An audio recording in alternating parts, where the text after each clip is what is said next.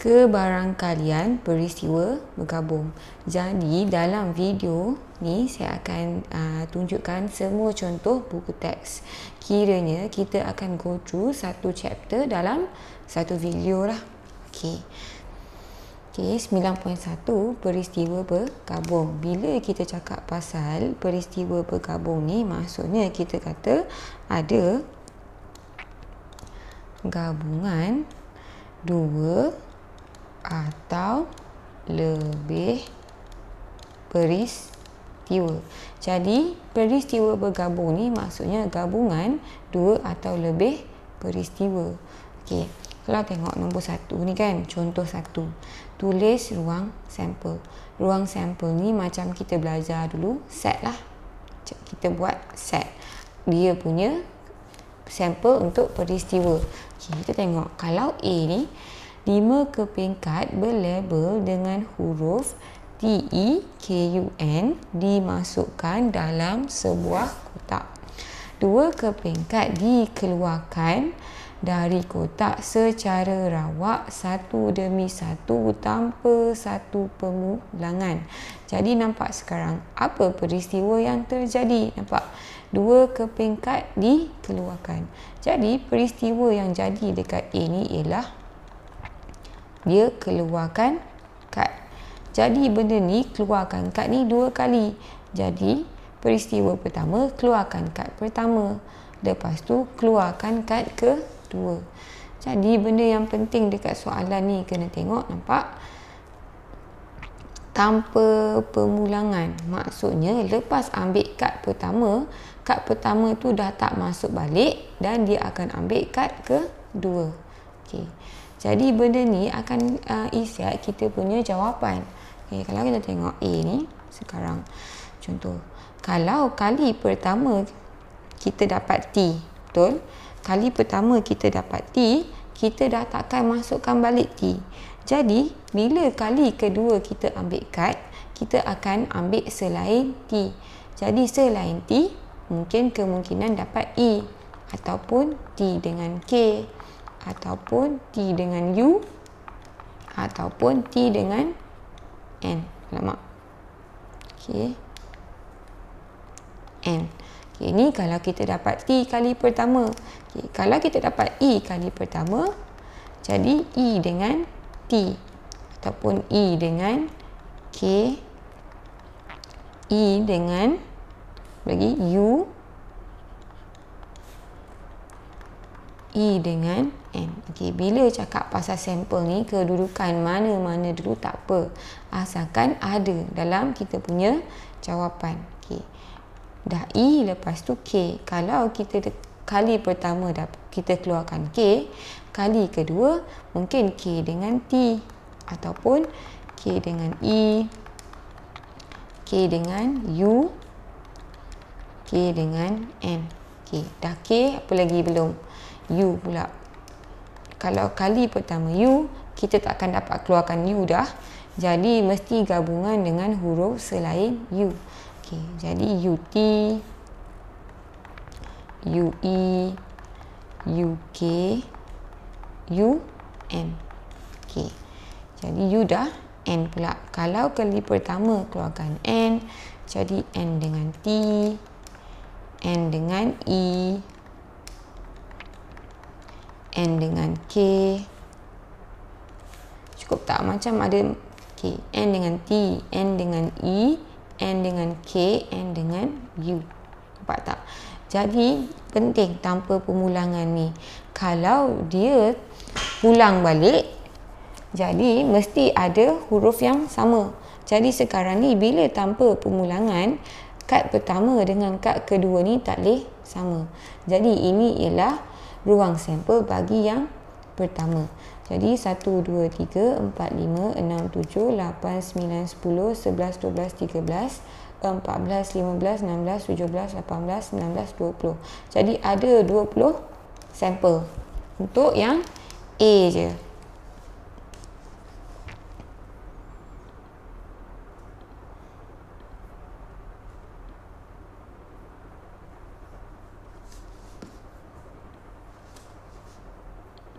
Okey.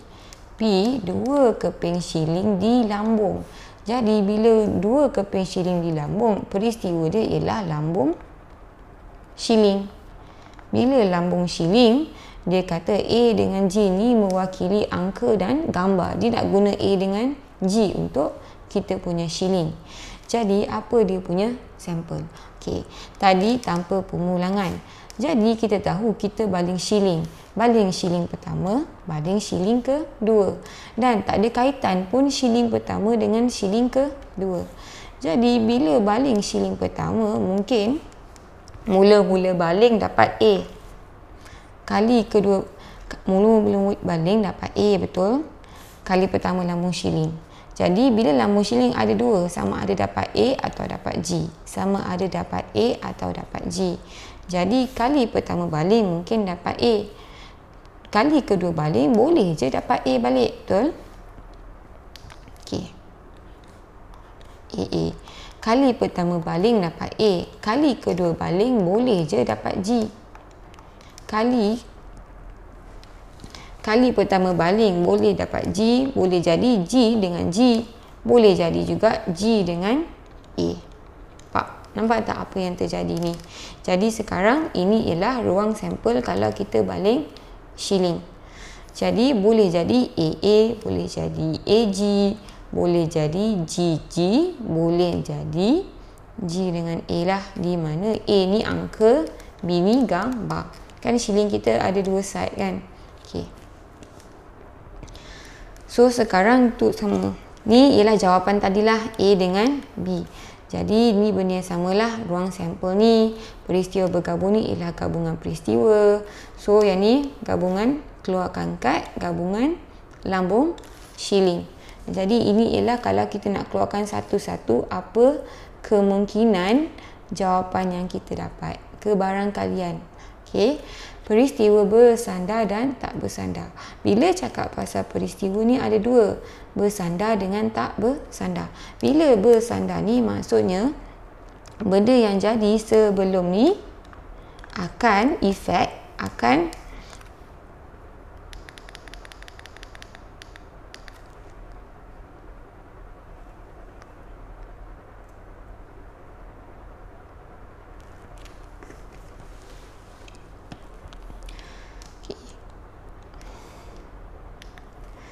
Okay, 9.2. Peristiwa bersandar dan peristiwa tak bersandar.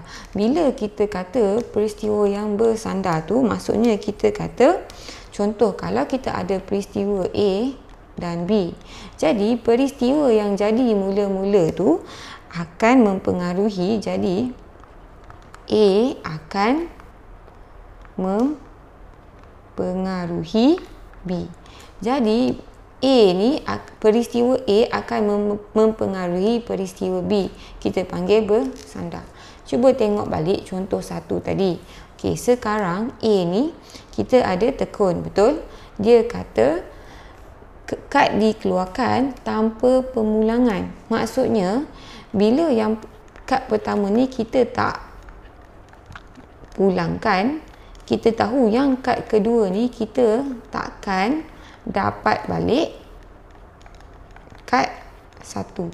Jadi benda ni kita panggil peristiwa bersandar. Kenapa peristiwa bersandar? Sebab benda yang terjadi dekat peristiwa yang kedua ni ada kaitan dengan peristiwa pertama.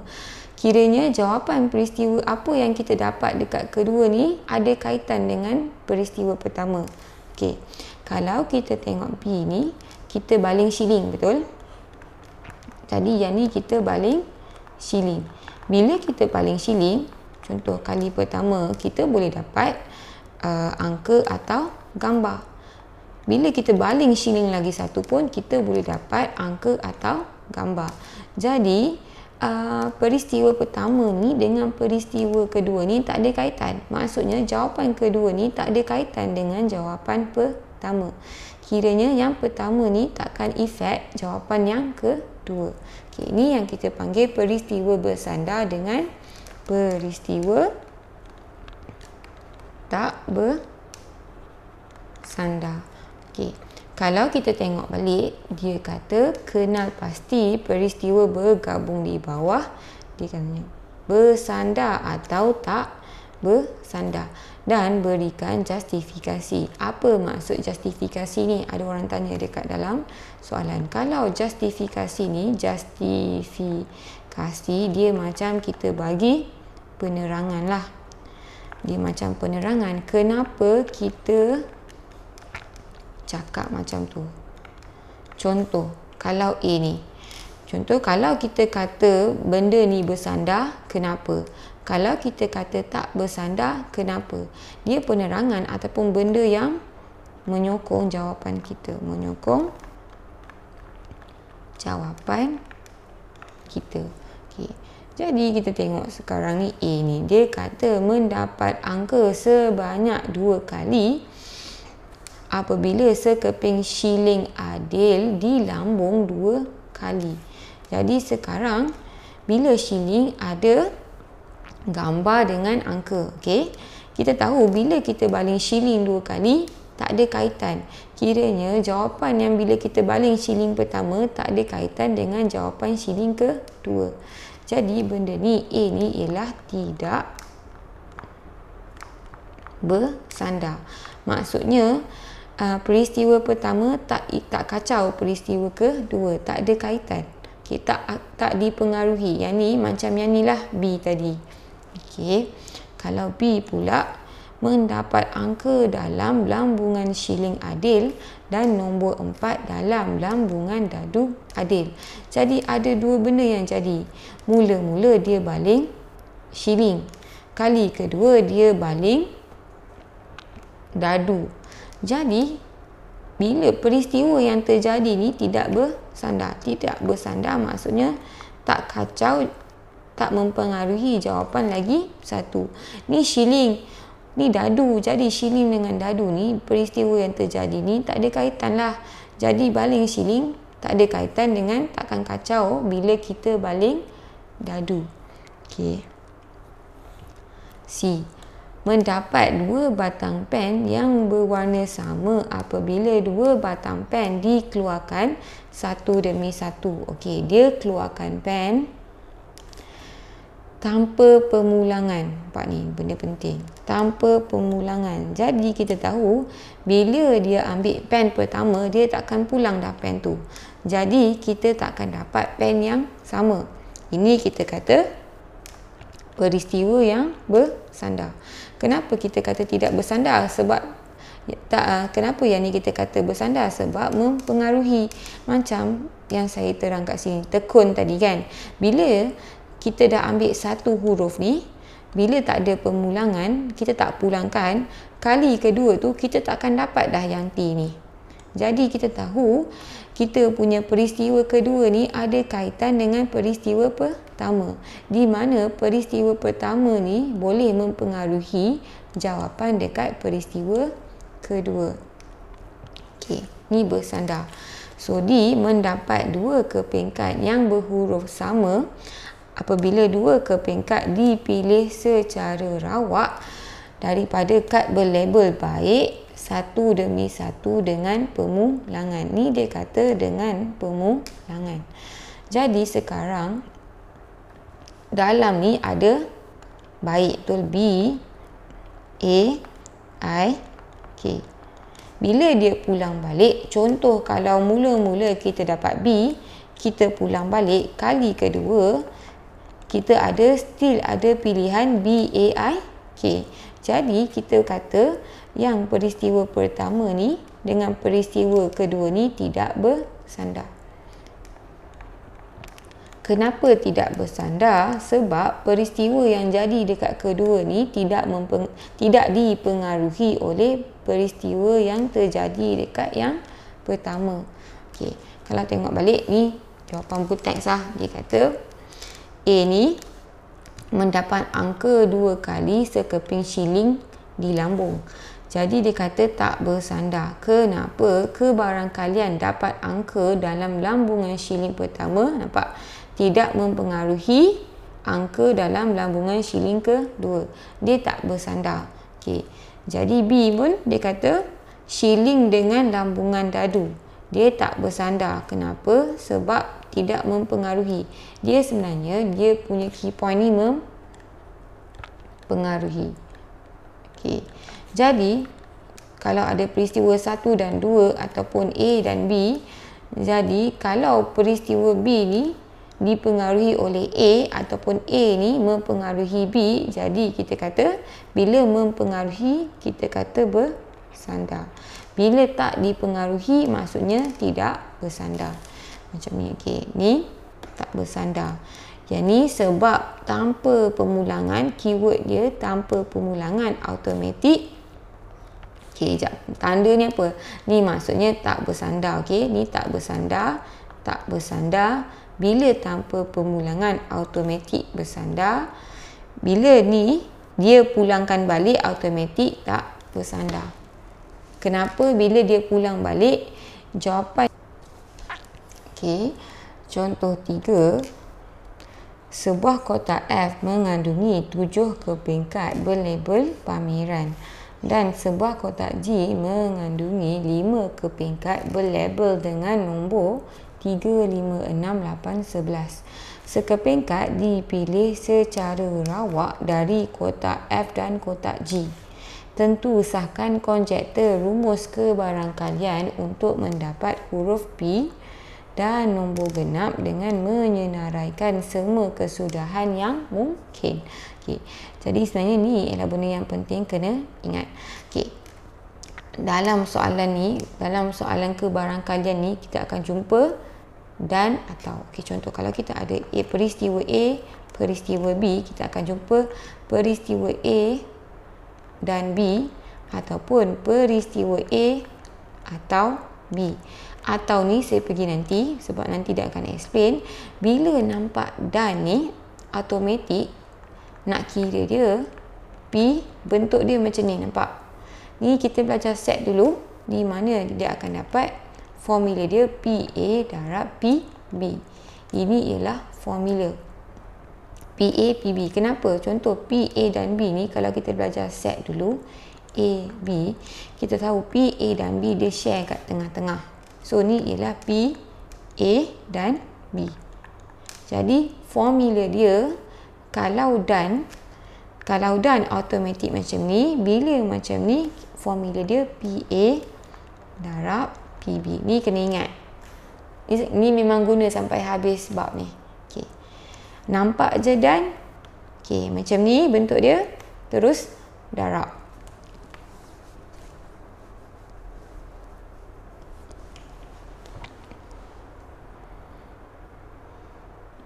Okey, kembali balik tadi. So dia kata F ni ada PA ME RAN. Okey, lepas tu dalam G pula ada 3, 5, 6, 8, 11. Dia kata kad dipilih secara rawak dari kotak F dan kotak G. Tentu sahkan konjektor rumus kebarangkalian untuk mendapat huruf P dan nombor genap. Okey, sekarang dia nak tentukan rumus kebarangkalian. Rumus kebarangkalian ni lah maksudnya bila dan dua peristiwa ni kita kena darab, betul? Jadi dia nak kita guna rumus, dia nak tengok rumus, dia nak kita senaraikan untuk buktikan kita boleh dapat jawapan yang sama. Kalau guna rumus, okey, nampak tak? Bila cakap pasal dua peristiwa A dengan B kan, jadi A ni peristiwa pertama ni ialah dapat huruf P. Jadi dapat huruf P. Jadi untuk dapat huruf P ni, Pak, kalau tengok kita punya kebarangkalian ialah dapat huruf P daripada semua kebarangkalian yang ada dalam kotak F. Jadi P ni 1/7. P ada 1, dalam kotak ada 1, 2, 3, 4, 5, 6, 7. 7 huruf lain. Okey. Jadi yang peristiwa kedua B ni ialah dapat nombor genap.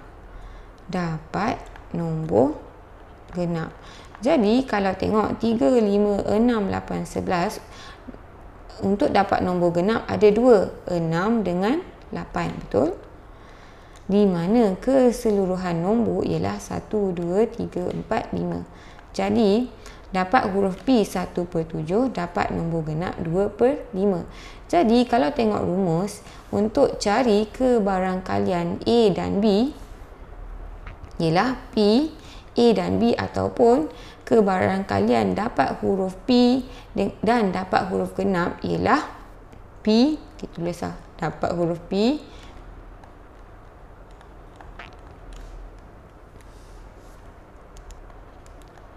dan dapat nombor genap sama dengan PA darab PB ataupun 1/7 darab 2/5, di mana kita dapat 2/35.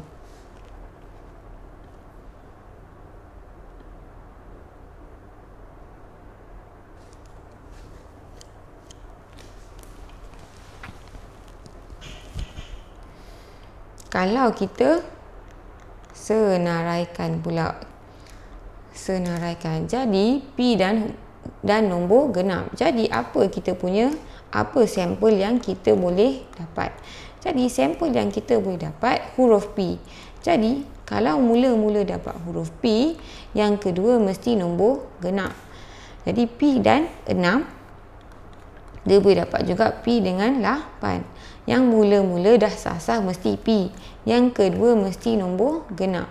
Jadi, sampel yang kita dapat 2. Okey. Jadi, kita kena tahu, nak tahu kebarangkalian ialah berapa kita punya ni per dengan berapa keseluruhan. Jadi, NS sama juga dengan kita darab semua dalam ni, semua sampel ni darab dengan sampel ni. Dalam ni ada 7, dalam ni ada 1, 2, 3, 4, 5, ada 5. Jadi 7 darab 5 dapat 35.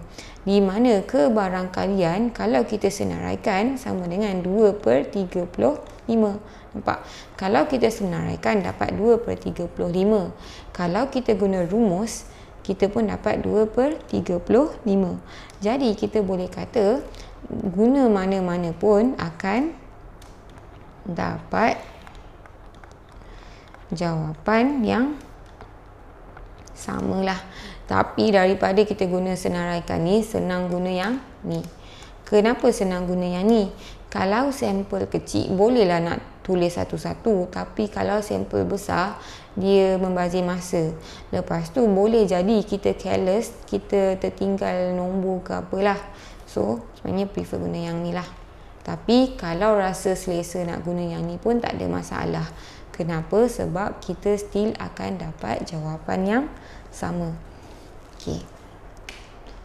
So macam ni lah, ni soalan buku teks lah. Dia kata kalau hukum pendaraban ni yang dia guna PA dan B sama dengan PA darab PB. Jadi PA ni yang mula-mula ni ialah, nampak dia kata huruf P dan nombor genap. Jadi huruf P ni 1/7. Nombor genap 2/5. Jadi guna formula PA darab PB dapat 2/35. Okey. Jadi yang ni cara kedua, bila kita senaraikan guna sampel, sama juga ada dua kebarangkalian. Dan NS ni keseluruhan ni kita darab semua sampel yang ada antara dua set. Yang set pertama ada 7 sampel. PAMERAN 7. Yang ni pula ada 5. Okey, so kita darab, kita tahu kita ada 35 kemungkinan lah. Jadi 2/35 still dapat 2/35. Di mana hasilkan jawapan yang sama. Jadi maksudnya bila jawapan yang sama, dalam matematik ni kita boleh guna mana-mana cara asalkan dapat jawapan yang sama. Contoh 4, kotak A dan kotak B masing-masing mengandungi kad berlabel dengan nombor 3579 dan kad berlabel dengan huruf XYZ. Sekeping kad dipilih secara rawak masing-masing dari kotak A dan kotak B. Jadi dua peristiwa, mula-mula dia ambil dari kotak A. Ni peristiwa pertama. Ni dia ambil dari kotak B. Ni peristiwa kedua. 2. Okey. Hitung kebarangkalian mendapat faktor bagi 9 dan huruf Z. Ni penting. Dan ni penting. Kita tengok antara dua ni ada apa? Dan ataupun atau. Bila dan, automatik A dan B sama dengan PA darab PB. Bila tanda persilangan ni mesti darab macam ni. Jadi kena tahu apa PA kebarangkalian untuk peristiwa A dan apa kebarangkalian untuk peristiwa B. Jadi PA kita ni ialah mendapat faktor bagi 9. Jadi kena tahu faktor ni apalah. Bila cakap pasal faktor maksudnya boleh dibahagi tepat. Bila boleh dibahagi tepat dengan 9. 3 boleh dibahagi tepat dengan 9. Betul? 9 bahagi 3 dapat 3. 9 ni sama juga ialah faktor bagi 9. 9 bahagi 9 dapat 1. Jadi nampak kebarangkalian dapat faktor bagi 9 ialah 2, di mana keseluruhan sampel ialah 4. Okey. Lepas tu PB untuk dapat huruf Z. Kalau tengok peristiwa B ni, kita ada 3 benda. 3 benda dalam ni.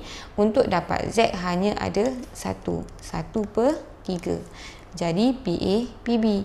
Kebarangkalian dapat faktor bagi 9 dan huruf Z sama dengan A PA darab PB sama dengan PA tadi 1/2 darab 1/3.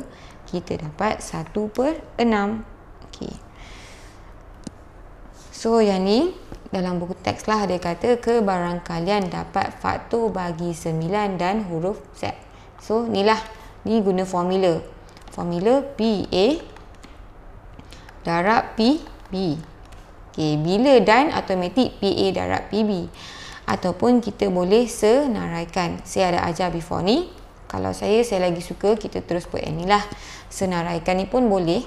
Sama juga macam tadi, kita senaraikan apa yang kita boleh dapat lah.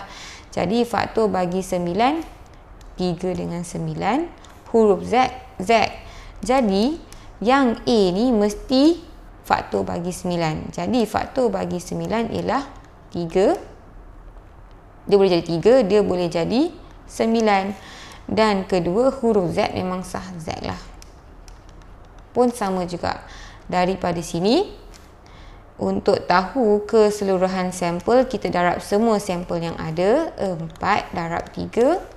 Lepas tu kita tahu ni ada 2 per dengan 12 dapat 1/6. Okey.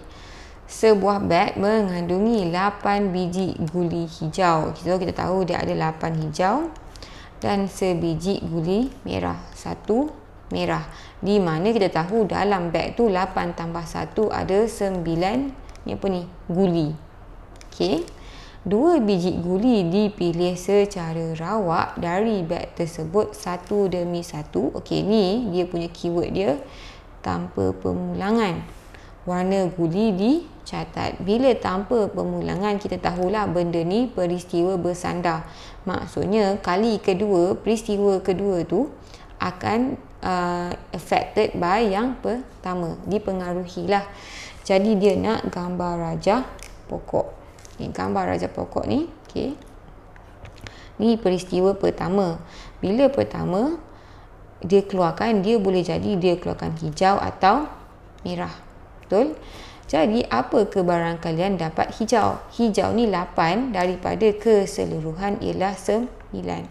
Merah ni ada 1 daripada keseluruhan 1/9.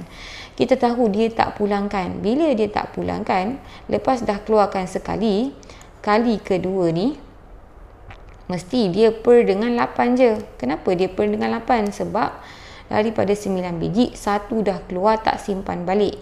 Okey. Jadi sekarang untuk dapat hijau dan merah. Bila pertama kali dapat hijau, hijau ni daripada 8 dah jadi 7. Betul? Jadi ini 7/8. di mana merah kita tak keluarkan, masih ada satu merah. Kalau yang bawah ni, kalau merah ni kita tahu ada satu. Bila kita keluarkan, kita tak simpan, merah dah habis. Bila merah dah habis, kali kedua kita keluarkan, dah sah-sah akan dapat hijau. Di mana kita tahu dalam beg tu ada 8 guli, di mana hijau ni ada 8. Nampak tak? So dah sah-sah ni satu lah. Jadi sekarang kesudahan dia, kita boleh dapat hijau-hijau, kita boleh dapat hijau merah, ataupun kita boleh dapat merah hijau. Ada 3 kebarangkalian yang boleh terjadi. Hitung kebarangkalian mendapat guli kedua berwarna merah. Guli kedua berwarna merah, jadi kebarangkalian ni je lah HM. Ni je yang ada merah kat belakang. Yang lain H betul. Jadi P, bila hijau dan merah, nampak? Mula-mula hijau, lepas tu merah. Hijau dan merah, jadi hijau dan merah. Sama dengan PH darab PM. Sama dengan, jadi untuk dapat H mula-mula ni ialah 8/9. Untuk dapat merah kali kedua ni ialah 1/8. Jadi 8/9 darab 1/8, kita dapat 8/72. Boleh kecilkan tak? Boleh kecilkan. Kalau bahagi 8 dapat 1/9. Okey, jadi ni 1/9.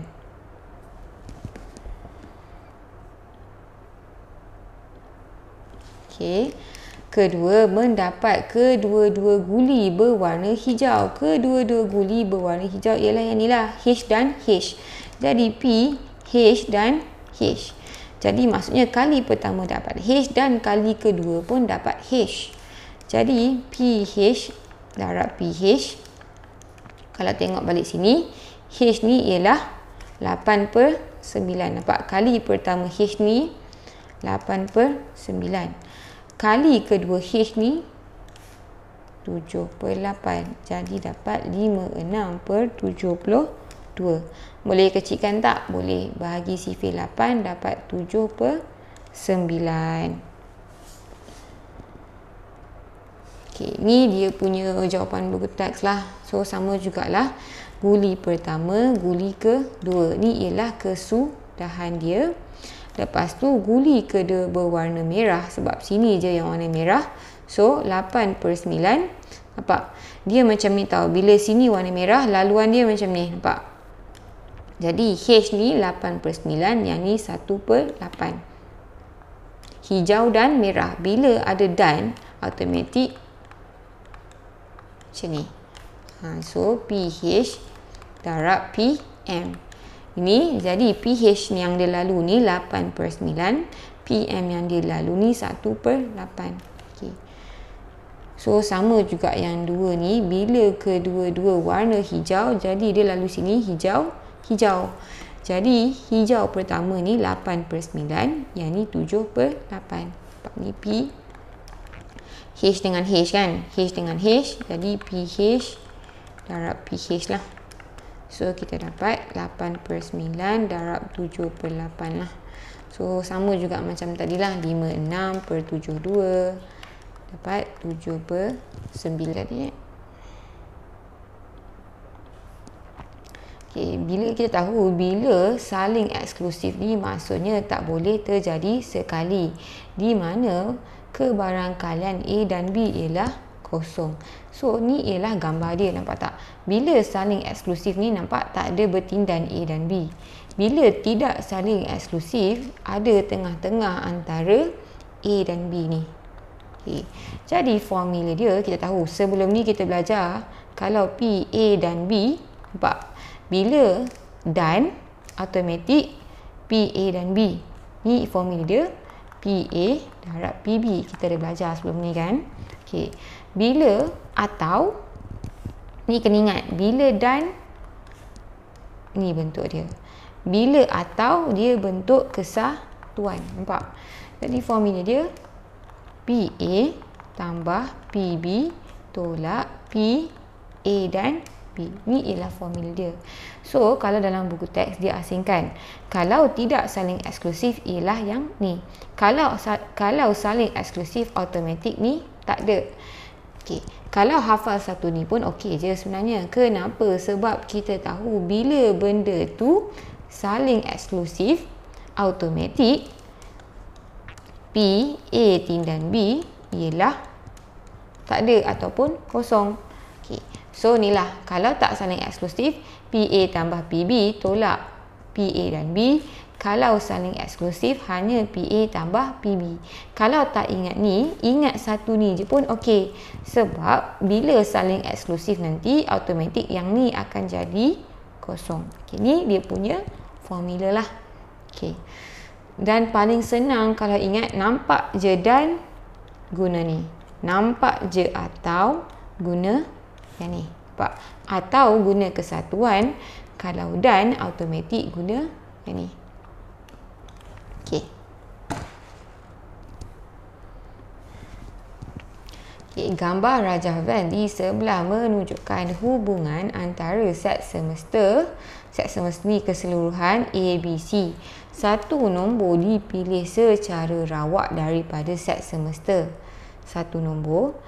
Tentu sahkan rumus penambahan kebarangkalian bagi setiap peristiwa bergabung. Jadi kita tahu, okey, rumus penambahan kebarangkalian. Rumus penambahan ni lah, bila P, A atau, nampak? Yang ni sebenarnya atau sama dengan PA tambah PB tolak P, A dan B. Okay.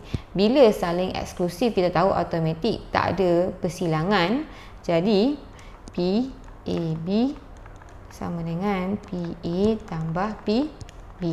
Okay, jadi yang ni untuk tidak saling eksklusif. Jadi yang ni untuk saling eksklusif. Okey. Jadi yang ni tidak saling eksklusif, yang ni untuk saling eksklusif. A mendapat satu nombor genap dan atau nombor gandaan 5. Ni keyword dia atau. Bila atau, jadi kalau nombor genap ni A, nombor gandaan 5 ni untuk cubaan kali kedua, jadi PA atau B. Ni ialah nampak keyword dia atau. Jadi kalau kita belajar set, kita memang belajar set. Jadi A dan B, mana kesatuan A dan B ialah ni A kita 2, 4, 6, 8. Sorry, bodoh sikit. B kita yang ni. Nampak? Jadi kesatuan ialah yang ni. Di mana kita punya kebarangkalian ialah berapa yang kita punya kesatuan per keseluruhan dalam sampel. Jadi yang kesatuan kita 2, 4, 6, 8, 5 ada 5 per keseluruhan ada 1, 2, 3, 4, 5, 6, 7, 8, 9. 5 per 9. Ni kalau kita guna cara biasa. Sekarang dia nak kita sahkan rumus. Sekarang dia nak kita dua-dua. Cara biasa dan cara guna rumus. Kita boleh tengok, nampak A dan B ni, ini ialah peristiwa yang saling eksklusif. Bila saling eksklusif, kita tahu P, A dan B sama dengan PA tambah PB. Jadi, untuk peristiwa A terjadi, dapat nombor genap. Dalam ni ada 2, 4, 6, 8 kan, nombor genap 4. Keseluruhan nombor yang ada ialah 9 lah. Ni 4, 5, 6, 7, 8, 9. Tambah untuk PB ni, untuk dapat nombor 5 ada 1 je sini. Keseluruhan 9, kita dapat 5 per 9. Jadi kita boleh kata terbukti bahawa rumus kita ni dah dibuktikan lah. Sebab kalau guna cara biasa dapat 5, 9, guna rumus pun dapat 5 per 9.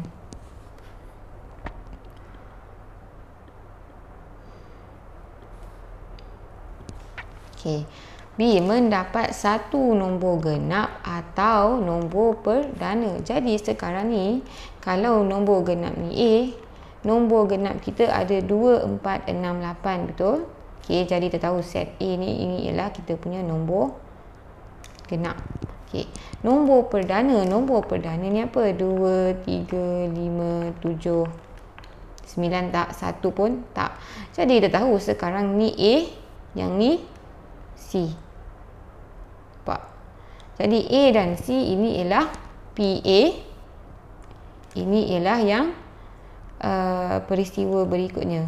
Dan kita tengok A dan C ni tidak saling eksklusif. Dia ada tengah-tengah. Okey.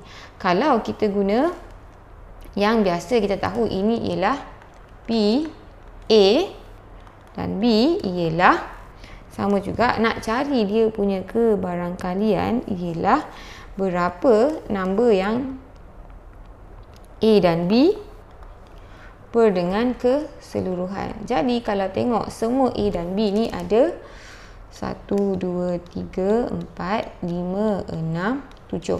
Ada 7 nombor. Di mana keseluruhan ada 9. Ni kalau kita guna cara biasa. Kalau kita guna formula yang tidak saling eksklusif lah, sebab dia ada tengah ni. Jadi formula dia PA dan B, atau B kesatuan sama dengan PA tambah PB tolak PA dan persilangan A dan B. Jadi BA ni tadi, A tadi untuk dapat A ni ada 4, betul? 4 per 9 sebab ada 9 nombor. PB, B ni, okay, sebab ni A dan C kan, jadi sebenarnya ni A dan C. Okay, ni C, sorry, ni C, ni C. Jadi C ni pun ada 4 nombor. Tolak P, A dan C. A dan C ada 1 nombor iaitu 2, 1 per 9. Jadi 4 tambah 4 tolak 1, 7 per 9. Ni sebenarnya kalau declare yang ni A dan B siap-siap, boleh terus guna A dan B lah. So sekarang sebab sini nampak A dan C, terus saya guna A dan C. Okay. So ni jawapan belakang lah. So sama jugalah. Dia kata nombor genap dan nombor gandaan 5 tadi. Nombor genap yang ni, nombor gandaan 5 yang ni, jadi dia saling eksklusif. Bila saling eksklusif, kita guna formula PA tambah PB. Jadi yang B ni nampak ni, dia punya ni ada sharing, ada kaitan tengah-tengah ni.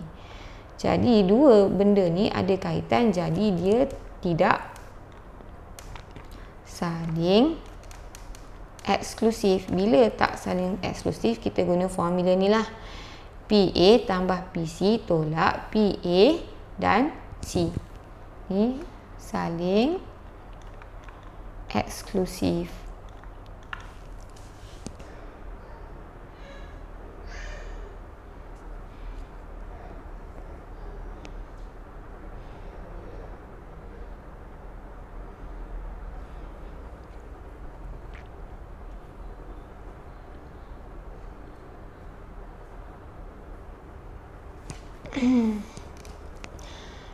Lapan kepingkat berlabel dengan nombor 4, 5, 6, 7, 8, 9, 10, 11 diletakkan ke dalam sebuah kotak.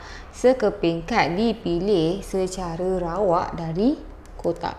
A. Peristiwa mendapat satu nombor yang lagi besar dari 8. Jadi kita boleh tulis siap-siap apa A ni. Jadi bila lagi besar daripada 8, maksudnya 8 tak termasuk kan?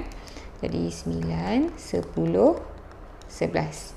Okey, lepas tu B ialah peristiwa mendapat satu nombor perdana. Jadi nombor perdana apa? Nombor perdana. Okey. Nombor perdana daripada dalam kotak tu lah. Jadi 5 nombor perdana, 7 nombor perdana, 11 pun perdana. Kenapa 9 bukan nombor perdana? Sebab 9 boleh bahagi 3. Kita tahu nombor perdana ni dia boleh bahagi dengan 1 ataupun diri dia sendiri je. Okey, lepas tu C. Peristiwa mendapat satu nombor genap. Jadi daripada dalam kotak ni nombor genap 4, 6, 8, 10. 4, 6, 8, 10. So ada ABC. Tentu sahkan rumus penambahan. Dia nak suruh kita sahkan. Bila dia nak sahkan rumus penambahan ke barang kalian ni, maksudnya dia nak kita guna dua cara lah. Jadi satu kita guna cara kita sampel biasa, dan lagi satu kita guna formula lah. Formula penambahan ke barang kalian. Kita boleh tengok dia guna atau. Saya ada banyak kali cakap kan, kalau atau macam ni. Kalau A atau B, kita guna formula P union. Tapi kalau A dan B kita dan kita guna ni persilangan. Kalau atau kita guna kesatuan. Ni dia punya formula. Ni kita kena hafal lah. Macam bila kita nak lukis Venn diagram pun kita dah tahu nak lorek yang mana. Dan formula ni kita ingat lah.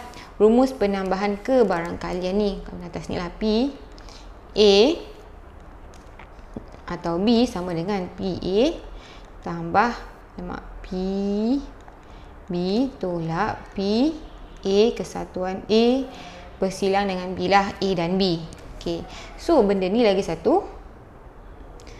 Benda ni kita tahu kalau dia ni tak berkait ataupun dia ni eksklusif, jadi benda ni akan jadi kosong lah. Okay. Kalau dia eksklusif, P A tindan B sama dengan kosong atau nol lah. Right. So kita tahu kalau tak ada persilangan, maksudnya PA dan B sama dengan PA tambah PB. Kalau dia ada share, A dengan B ni ada share, ada tak eksklusif, maksudnya kita kena tolak yang mana diorang share. Okay, so kita tengok sekarang, senaraikan semua kesudahan yang mungkin. Okay, jadi sekarang A. PA atau B. Bila atau kita tahu PA atau B. Kalau guna formula PA tambah PB tolak PC. Betul? Salah. Tolak PA dan B. A dan B. So sekarang kita tengok PA dengan B ni ada kaitan ke tak? Dia ni eksklusif ke tak? Ada share tak? Kita tengok A dengan B ada share 11. Bila ada share 11, guna formula ni. Okay, jadi kita tengok A dulu. A ni apa dia punya kebarangkalian? Dia ada 3 nombor, betul? Semua ni 1, 2, 3, 4, 5, 6, 7, 8. Ada 8 nombor dalam 8 kepingkat. Jadi untuk dapat nombor A, kebarangkalian ialah 3 nombor daripada 8 nombor. PB ada 3 nombor daripada semua 8 nombor. Dan tolak A dan B, maksudnya dapat nombor yang sama. Ada satu nombor yang diorang share, iaitu satu nombor 11. Jadi 3 tambah 3 per 8 tolak 1 per 8, kita dapat 5 per 8. Okay, ni kalau kita guna formula lah.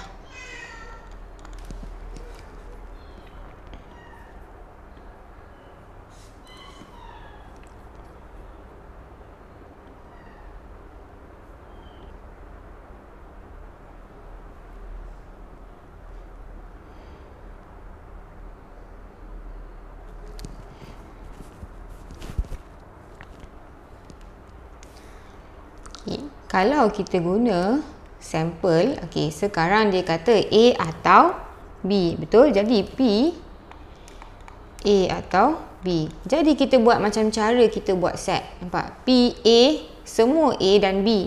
So benda ni P A dan B ni kita tahu bila ada benda ni ialah kesatuan ataupun kita menyatukan. Ni kita guna benda yang kita belajar dekat set lah. So jadi kita tahu dalam set A dan B ada 5, 7, 9, 10, 11. Ini ialah semua dalam kita kesatuan A dan B. Ini kesatuan, okey. Jadi kita tahu ada 5 nombor. Jadi A bila kita satukan dengan B ada 5 nombor. Jadi per dengan semua kad yang ada semua ni 8 lah. Jadi kita tengok kalau kita guna formula dapat 5/8, kalau kita guna sampel pun dapat 5/8. okey.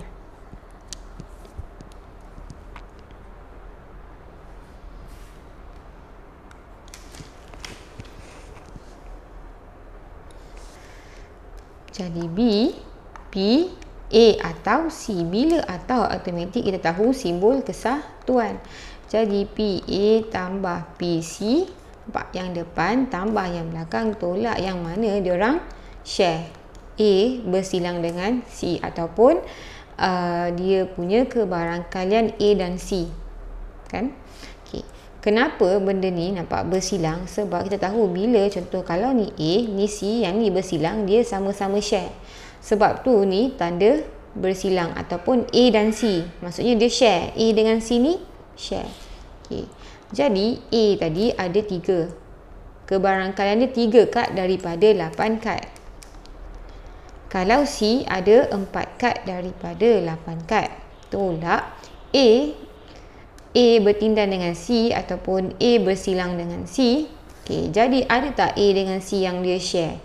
A dengan C ada share tak? Ada share nombor 10. Nampak? 1 je. Jadi benda yang share 1 je, 10 daripada semua kad tu 8. Jadi 3 tambah 4 7, 7 tolak 1 dapat 6. 6/8 kita boleh kecilkan jadi 3/4. Ni kalau kita guna rumus kebarangkalian. Kita nak buktikan kan? Jadi kita buktikan kalau kita guna sampel. Jadi kita tengok. Jadi A kesatuan dengan C. Semua A dan C ada. Kita gabungkan semua yang ada dalam A dan C. Jadi yang ni 4, 6, 8. Saya susun terus ikut dia punya nombor lah. 9, 10, 11. Kan ni kita gabungkan siap. Ni macam kalau kita buat set lah. Okay, kita ambil semua A dan C. Jadi kita nampak A kesatuan dengan C ni ada 1, 2, 3, 4, 5, 6. Ada 6 nombor. Jadi PA sama dengan berapa? Sama dengan ini ada 6 daripada semua kad adalah 8. Jadi kita dapat 3/4. Jadi kita boleh kata yang rumus ni kita dah sahkan sebab kita dapat jawapan yang sama. Ataupun kita boleh kata terbuktilah yang benda ni betul kalau kita guna rumus ni. Alright.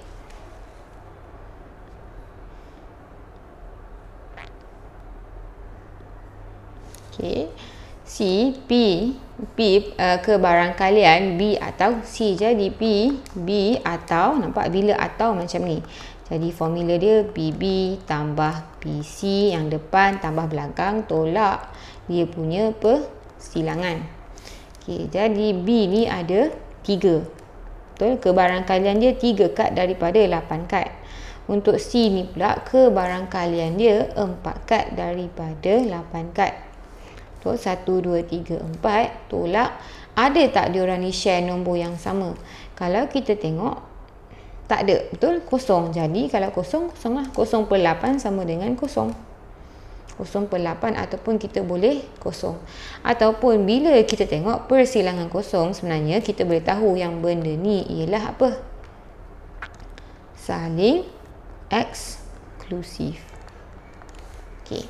Jadi sekarang ni kita tengok. 3 tambah 4 dapat 7/8. Kalau kita buat dia punya sampel, jadi kita tahu A pula. Jadi sekarang ni B, kalau dia kesatuan dengan C, semua B dan semua C, ni dah belajar masa set kan. Semua B, semua C kita ada 4, 5, 6, 7, 8. 4, 5, 6, 7, 8, 10, 11. 1, 2, 3, 4, 5, 6, 7. Ada 7 nombor. Jadi kebarangkalian ialah 7 nombor daripada semua nombor 8. Jadi kita boleh tengok sama. Bila kita guna sampel sama, bila kita guna rumus penambahan kebarangkalian pun sama. Jadi sebenarnya dalam matematik ni asalkan dapat jawapan, kita boleh guna mana-mana jalan kira yang kita rasa senang lah. Mana yang rasa senang? Kalau saya suka guna formula lah. Macam tak payah nak listkan satu-satu. Tapi ikut kita lah. Okay, macam tu. Jadi ni daripada buku DAT. So kita tengok. Samalah dia kata ada 8 kad. Oh, dia ada mention. Saya pun tak perasan 8 kad kat sini. So kita tahu ada 8 kad. So dia kata samalah tentu sahkan. Jadi apa dia buat? Dia buat dua cara lah. Ni yang guna formula. Nampak formula P ni formula P, A atau B. Formula kan? Formula dia bila atau macam ni, kita ambil kebarangkalian A tambah kebarangkalian B tolak P. Ni dia punya formula. Lepas tu dia guna set A, B. Bila guna set dapat 5/8. Jadi yang ni samalah dia sahkan. Maksudnya sebab soalan ni suruh sahkan. Bila sahkan, kita kena buktikan yang kita punya formula ni boleh pakai. So nampak, maka terbukti. B ni pun sama, dia guna yang ni. Lepas tu dia guna yang set biasa, dapat jawapan sama. Jadi dia kata terbukti. Ni pun samalah, dia guna. Okey, nampak tak yang ni tak ada yang belakang ni. Kenapa? Sebab tak ada persilangan. Okey. Ni sebab kenapa tak ada persilangan? Sebab dia eksklusif lah. Sebab memang tak ada nombor yang dia share sama. Pun sama. Jadi maka terbukti. Okey, ni formula dia. So just ingat dua benda lah. Kalau yang ni formula atau ni macam ni PA tambah BB, dan kalau formula untuk dia punya ni, kalau dia kata ni A atau B, jadi P A atau saja, tulis banyak kali bagi ingat jadi P atau B ni P, A dan B. Ingat ni senang nak buat ni. Jadi A. Okay. Kalau atau ni kita penambahan. Kalau dan ni kita darab. Okay, ni kita tambah, ni kita darab.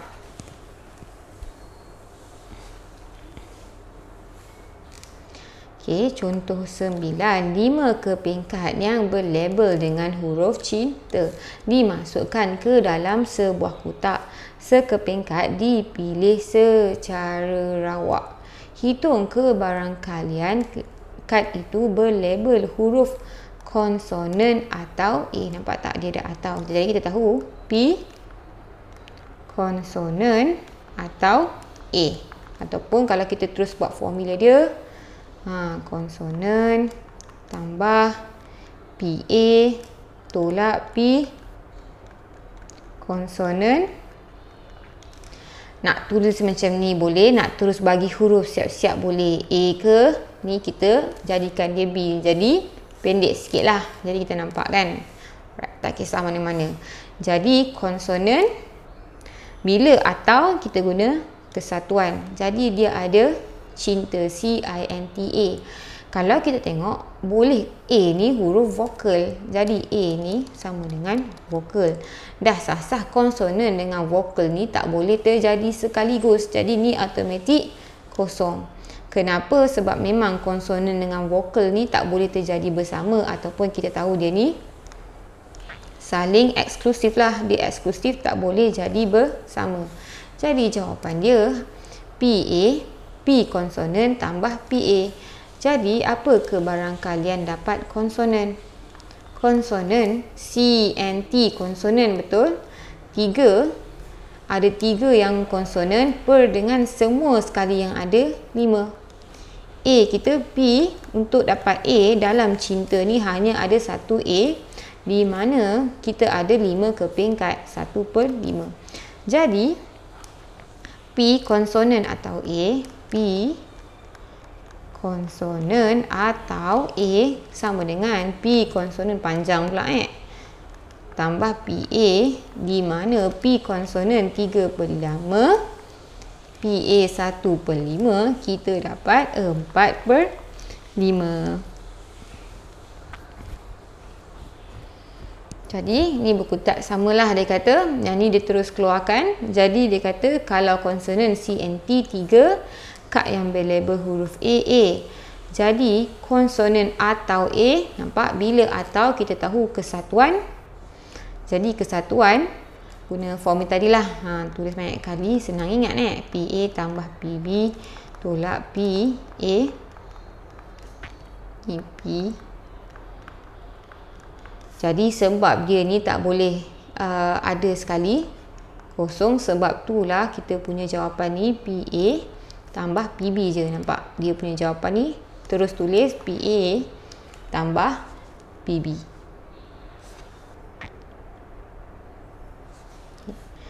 Contoh 10.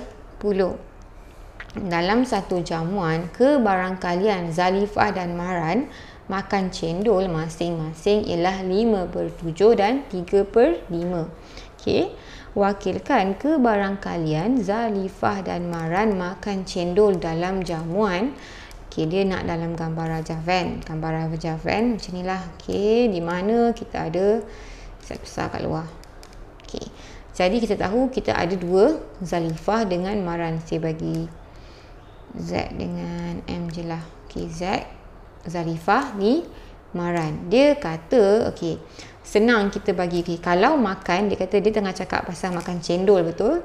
Jadi PZ kita bagi kalau Zalifah makan cendol 5/7.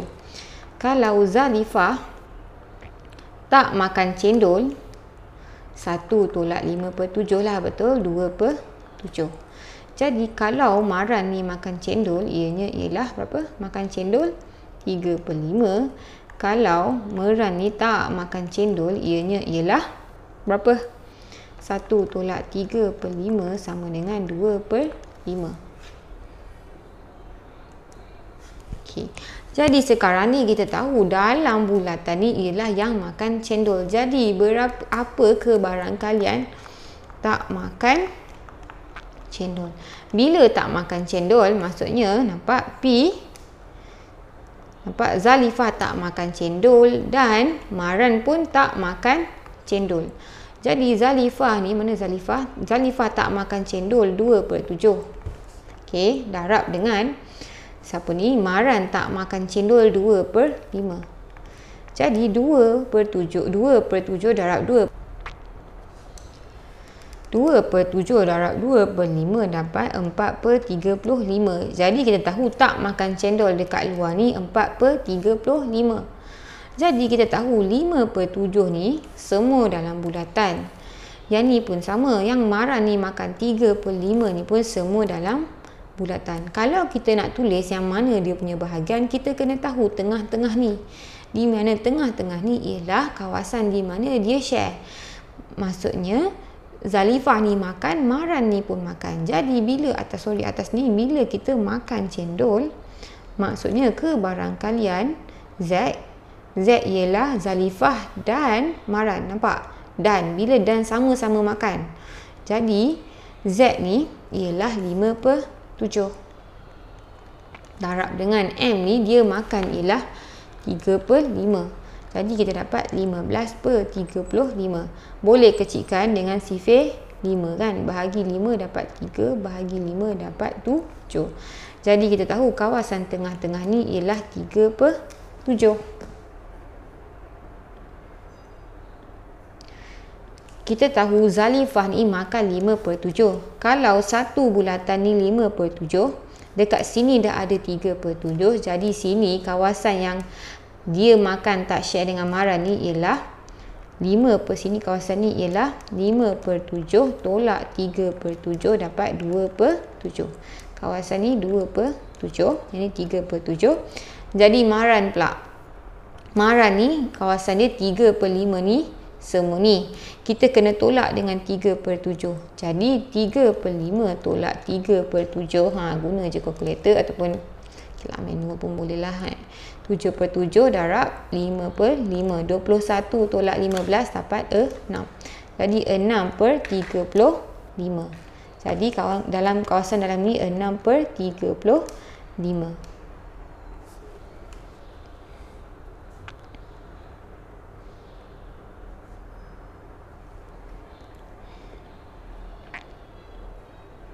Okay. Jadi A kita dah dapat wakilkan. kat luar ada 4/35. Yang ni 3/7, 6/35, 2/7. Jadi sekarang dia nak ke barangkalian Zalifah atau Maran makan.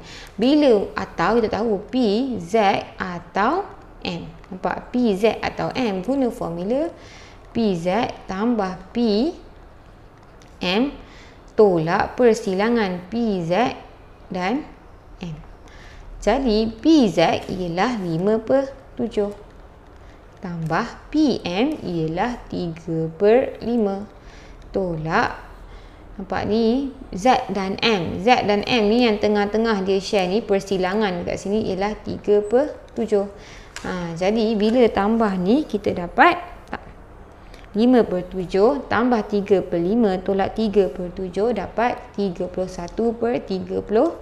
Inilah kebarangkalian dia.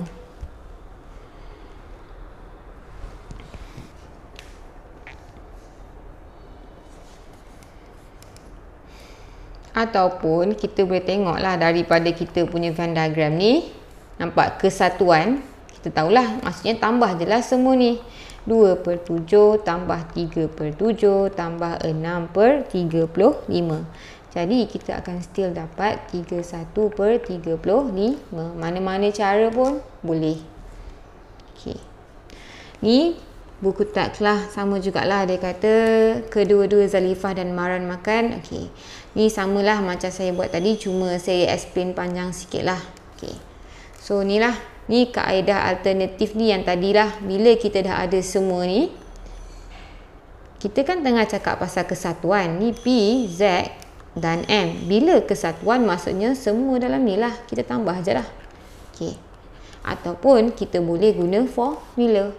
Ni kalau guna formula tadi, dapat 31/35. Yang ni pun 31/35.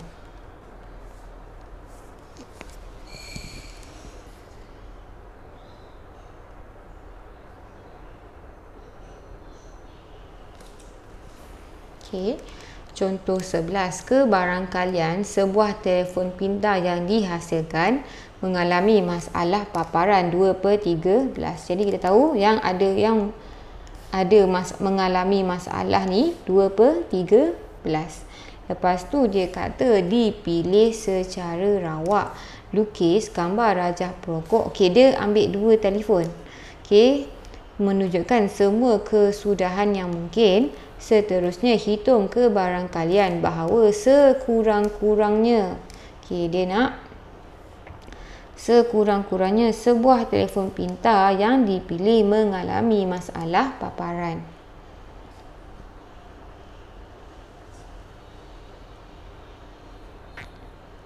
Okay. Jadi sekarang kita tengok yang mengalami masalah 2/13. Kita tahu kalau yang ada masalah kita buat M lah. Kalau ada masalah sama dengan 2/13, yang tak ada masalah sama dengan semua tolak 2/13, kita dapat apa? 13. Satu ni boleh jadi 13/13 kan? Tolak 2/13, 11/13.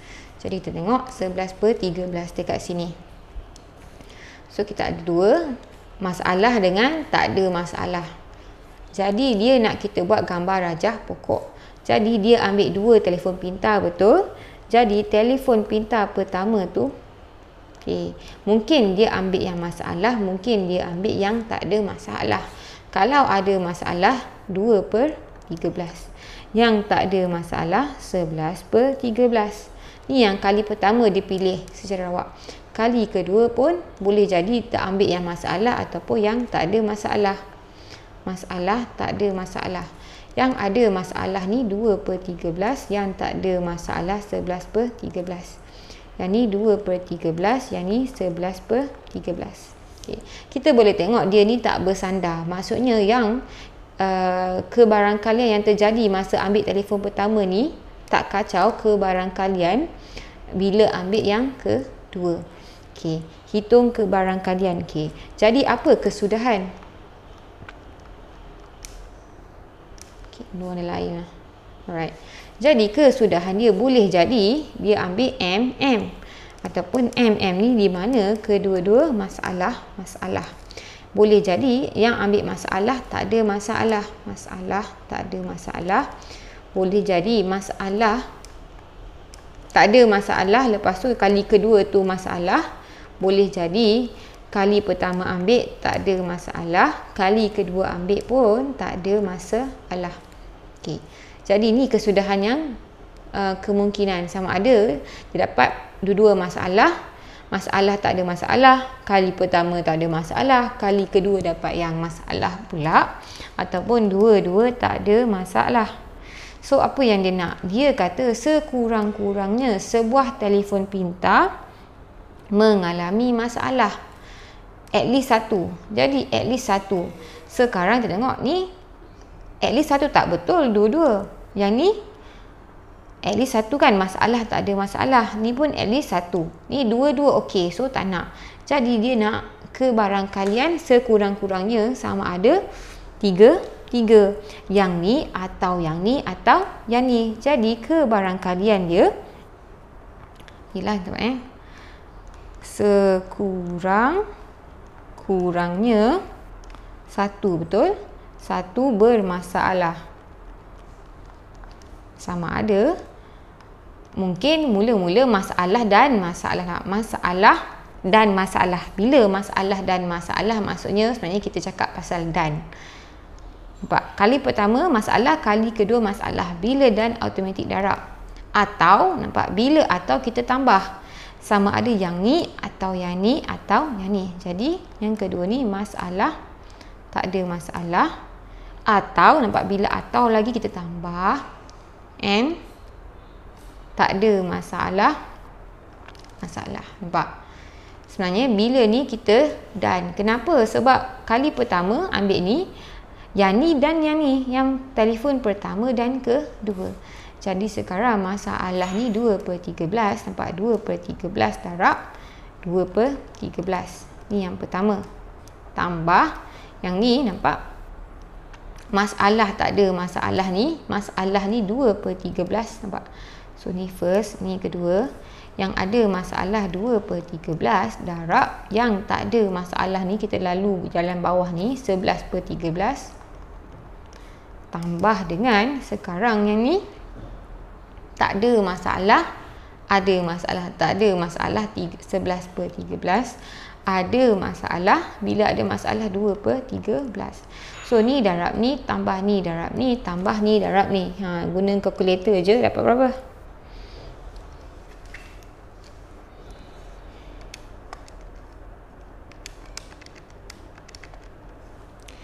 Kita dapat 48/169. Jadi, kebarangkalian untuk dapat sekurang-kurangnya satu bermasalah ialah 48/169. Okay, kalau tengok ni ni jawapan buku teks lah. Sama juga. Dia, okay, ni yang kali pertama, ni yang kali kedua. Ni apa yang kesudahan. Sebab dia kata satu je yang bermasalah. Dia kata sekurang-kurangnya sebuah masalah. Jadi sekurang-kurangnya ni lah masalah. Ni dah sasar dua. Ni satu yang masalah. Ni dua. Ni satu yang masalah. Ni satu yang masalah. So, okay, yang ni dua-dua okey. So kita tak kira. Sebab tu ni. Bila atau, nampak yang ni, nampak atau yang ni, atau yang ni. Bila atau, tambah. Dalam kebarangkalian tu ni penting. Bila kita tengok atau ni, kita tambah. Bila dan darab. Nampak? Yang ni kenapa darab? Dia dan sebenarnya. Telefon yang pertama ambil dan yang kedua ambil. Jadi MM. Okay. So dapat 48/169.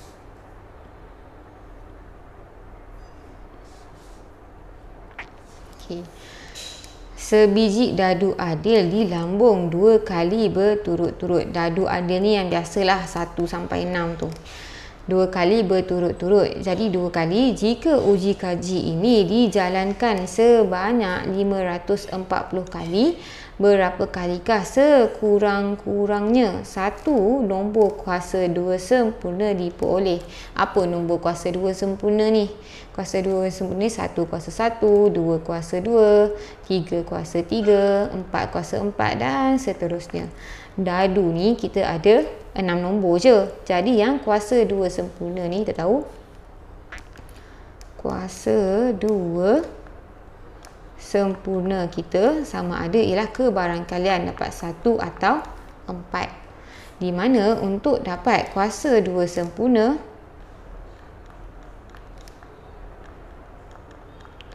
ialah 2 nombor daripada 6 nombor yang kita boleh dapat bila kita baling dadu ialah 1/3. Jadi sekarang dia kata 2 kali dilambung berturut-turut. Okey. Kali pertama lambung boleh jadi dia dapat kuasa 2 sempurna. Panjang kan? Kita bagi K lah. K ni kuasa 2 sempurna. K ada ni maksudnya bukan kuasa 2 sempurna. Pelengkap lah. Pelengkap kuasa 2 sempurna ni.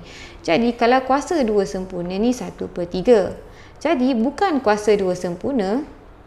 Macam pelengkap kita belajar kan. 1 tolak 1/3 dapat 2/3.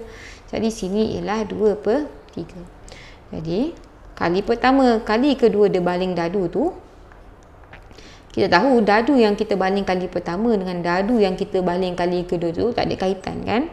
Jadi sama juga dia punya kebarangkalian. Kuasa 2 kesempurna ialah sini 1/3, sini ialah 2/3. 1/3, 2/3.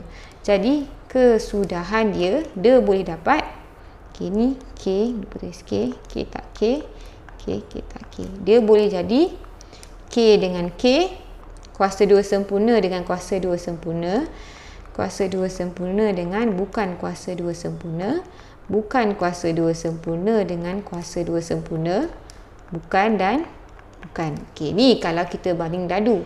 Jadi dia kata soalan dia apa tadi? Sekurang-kurangnya satu nombor kuasa 2 sempurna. Okey, sekurang-kurangnya satu kuasa 2 sempurna. Jadi mesti at least 1. Ni bukan, jadi tak. Yang ni bukan dan ya, 1. Ya dan bukan 1. Kuasa 2, kuasa 2, ya. Sekurang-kurangnya 1. Jadi 2 termasuklah. Jadi sekarang ni bila kuasa 2 sempurna ni, sekejap tukar warna lain.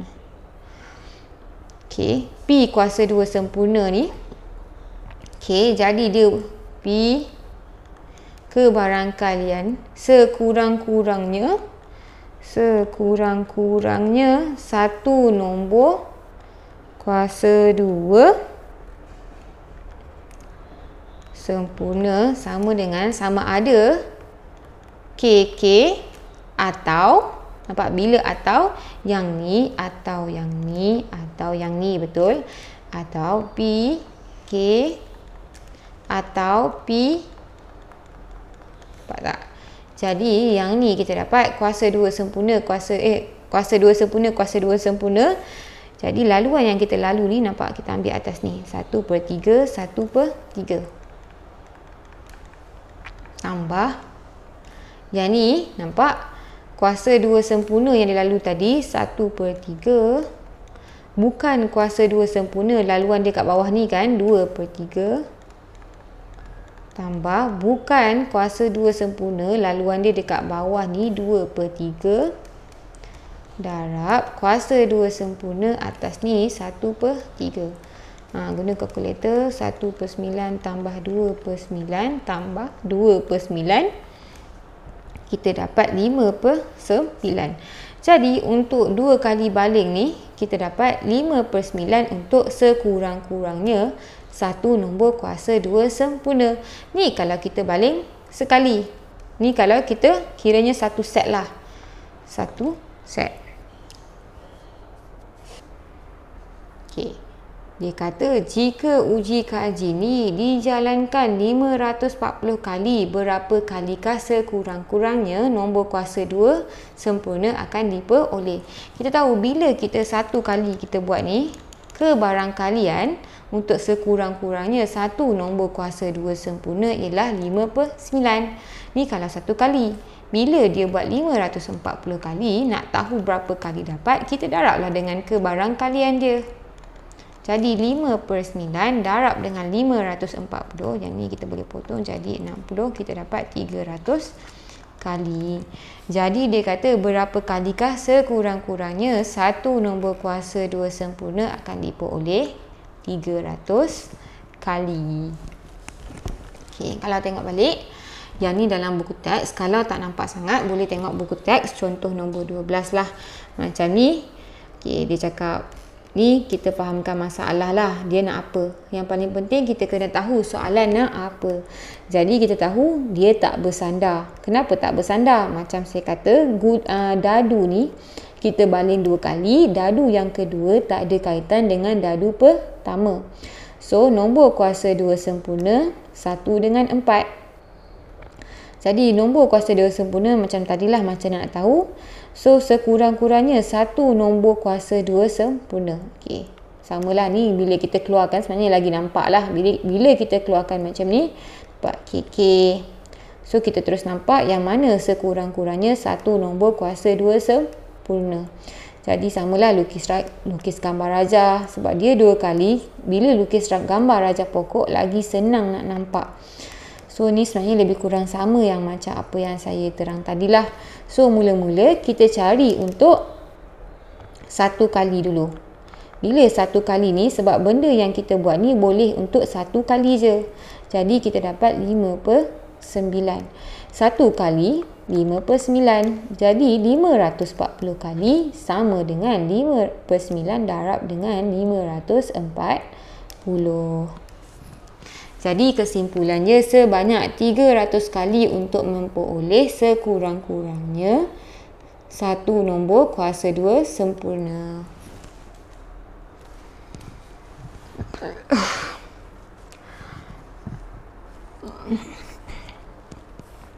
Okey. Sebuah kotak mengandungi 7 biji guli merah, tulis 7 merah, 5 biji guli kuning, 5 kuning, 3 biji guli biru, 3 biru. 2 biji guli dipilih secara rawak dari kotak satu demi satu. Okey. Lepas tu dia cakap, okey, dia kata sekiranya mana tadi? Sekiranya guli pertama berwarna biru, maka guli biru akan dipulangkan. Maksudnya dia kata kalau warna biru dia akan pulangkan. Kalau guli pertama bukan warna biru, maka guli tidak akan dipulangkan. Jadi kita tahu, nampak, bila kita ambil warna biru dia pulangkan. Jadi kalau kita ambil biru, yang kedua tu tak kacau ataupun tak ada efek. Tapi kalau kita tak ambil bukan biru, kalau bukan biru, maksudnya dia takkan pulangkan. Dan kita tahu dia ni ialah peristiwa yang bersandar. Kalau dapat biru, yang kedua tu tak dipengaruhi dengan yang pertama. Tapi kalau selain biru, yang kedua tu akan dipengaruhi. Sebab kita tahu dia ni bersandar. Kenapa? Bila dia ambil bukan biru, dia takkan pulangkan dah. Maksudnya jumlah dalam kotak tu dah tak sama. Okey. Jadi kita tengok, okey, hitung kebarangkalian. Dia kata kebarangkalian mendapat dua-dua guli yang berlainan warna. Okey. Jadi sekarang kita tengok, kita ada 7 merah, 5 kuning, 3 biru. Jadi sekarang dalam kita punya kotak tu ada 7 tambah 5 tambah 3. Jadi kita ada 15 guli. Okey. Lepas tu kita tahu sekarang ni dia kata 3 kan. Jadi ada 3 warna. Sama ada kali pertama dia ambil 2 kali kan, 2 biji guli. Jadi kali pertama dia ambil tu boleh jadi, kena kembangkan sikit ni. Okey. Sama ada merah, kuning atau biru. Jadi kebarangkalian untuk dapat merah ialah 7 per 15. Untuk dapat kuning ialah 5 per 15. Untuk dapat biru 3 per 15. Okey. Jadi untuk kali kedua pun sama. Muat tak ni? merah, kuning, biru. Merah, kuning, biru. Merah, kuning, biru. Guna warna lain lah. Okay. Jadi sekarang kita tahu kalau bukan biru, dia bersandar. Maksudnya dia dah ambil satu nilai. Jadi sekarang merah asal ada 7. Bila yang pertama merah, merah dah kurang jadi 6. Dan jumlah dalam kotak tu dari 15 tinggal 14. Okay. Jadi untuk kuning ni pula asalnya ada 5. Dia tak ambil kuning, dia ambil merah. Jadi masih 5. Bilangan dalam kotak ada 14. Kalau untuk biru dalam kotak ada 3. Jadi sama 3/14. Bila kuning, bila yang pertama ni kali kedua. Bila pertama ambil kuning, 5/15 betul. Kuning tu dia ambil, dia tak simpan. Kuning tu dia ambil dan dia simpan. Nampak? Sebab bukan biru. Bukan biru, dia simpan. Jadi kuning dah ambil, merah masih ada 7. 7/14. Kuning ni 5 dah ambil 1, tinggal 4. 4/14. Biru ni, biru pun dia tak ambil, asalnya 3. 3/14. Okay. Jadi yang ketiga ni, kalau dia tak ambil biru, kita tahu biru ni dia akan letak balik, tak bersandar. Jadi bila letak balik dalam kotak masih ada 15. Ada 15 balik, betul? Merah ni 7. 7/15. Jadi kuning ni ialah 5. 5/15. Jadi biru ni 3. Biru ni pun masih ada 3. Kenapa? Sebab dia letak balik. Jadi nampak yang peristiwa pertama ni tak bersandar dengan yang kedua. Tak macam merah dengan kuning. Okay. Jadi sekarang dia punya kesudahan, dia boleh jadi merah kuning,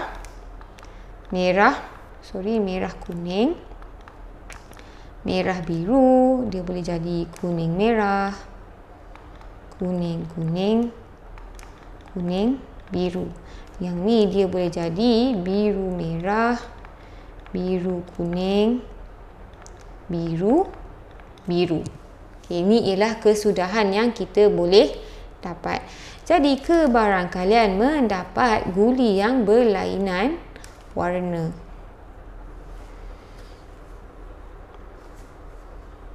Okay. Jadi sekarang kita tengok. Okay, dia kata kebarangkalian mendapat berlainan warna. Jadi untuk dapat berlawanan warna, kita tengok MK, MB, merah kuning, merah biru, kuning merah, kuning biru, biru merah, biru kuning. Yang ni sama, merah merah, kuning kuning, biru biru, kita abaikan. Jadi kebarangkalian dia,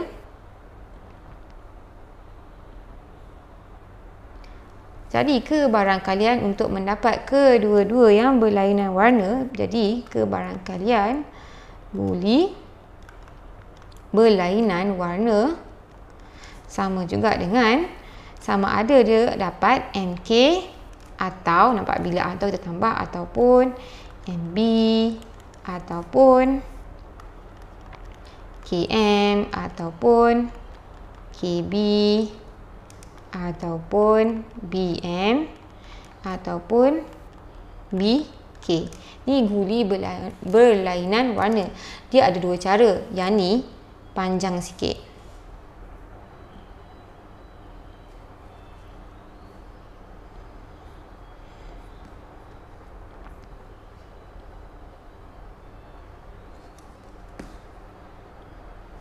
Kenapa panjang? Sebab tadi kita kena kira 6 benda. 1, 2, 3, 4, 5, 6.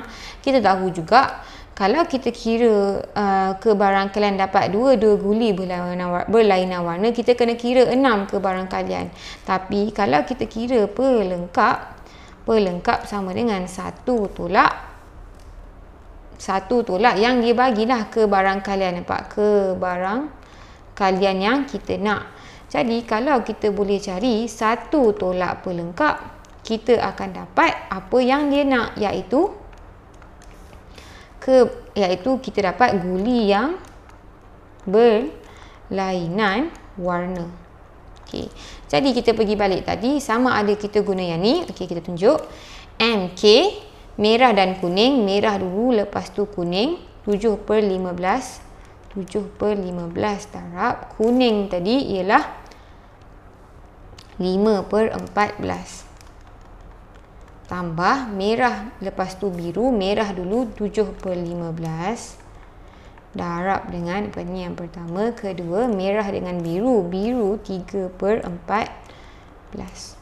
Tambah kuning merah. Kuning tadi 5/15. Nampak tak dia punya jalan ni? 5/15. Darab. Lepas kuning dia pergi merah, betul? Merah ni 7/14. Okey. Yang ketiga. Yang keempat. Atau kan. So kita tambah. Jadi kuning biru. Kuning tadi nampak. Kuning dulu kan 5/15. Darab dengan biru kita ni 3/14. Tambah. Yang ni biru merah. Jadi biru kita ni 3/15 darab dengan merah ialah 7/15. Ni kita ikut laluan ni. Biru merah. Ni biru kuning. Tambah dengan biru dulu 3/15 darab dengan kuning. Kuning ni ialah 5/15. Nampak? Okey. So, tambah semua ni. Nampak ada 1, 2, 3, 4, 5, 6. Yang ni memang kena hati-hatilah. Make sure tak careless habis. 3/49/5/25.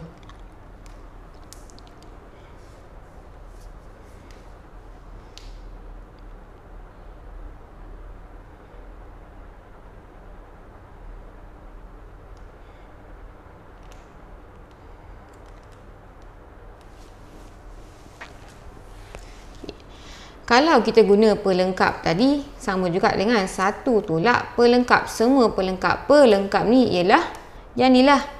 P merah-merah atau kuning-kuning atau biru-biru. So, kita just kira 3 benda. Tapi still akan dapat jawapan sama. 1 tolak. So, merah-merah. Merah ni 7/15. 7/15. Darab dengan merah lagi 6/14. Tambah kuning 5/15. Darab kuning 5 kali kedua kuning 4/14. Tambah biru-biru. Jadi biru kita tadi 3/15. Darab yang ni pun nampak biru-biru. Semua daripada pokok ni 3/15. Nampak? Tutup. Jadi 1 ni yang besar punya kurungan. Jadi PMM tambah PKK tambah PBB. Jadi kita dapat 349/525. Sama. Tengok. Kalau kira ni dapat yang ni. Kalau kira ni dapat yang ni. Nak guna mana-mana pun boleh. Okay. So, kita tengok sekarang ni buku teks. Kalau tak nampak ni, boleh tengok buku teks lah. So, dia cakap benda yang samalah. Dia kata bergabung bersandar. So, samalah macam saya cakap tadi. Sama je dia explain. Okay, macam ni. Nampak? Kita buat pokok. So, macam ni dia tunjuk. Nampak?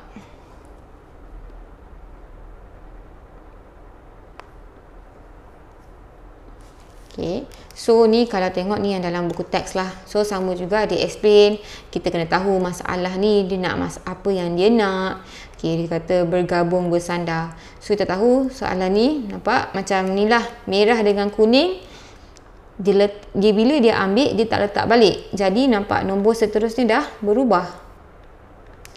Tapi, kalau yang biru ni, bila letak balik, tak berubah.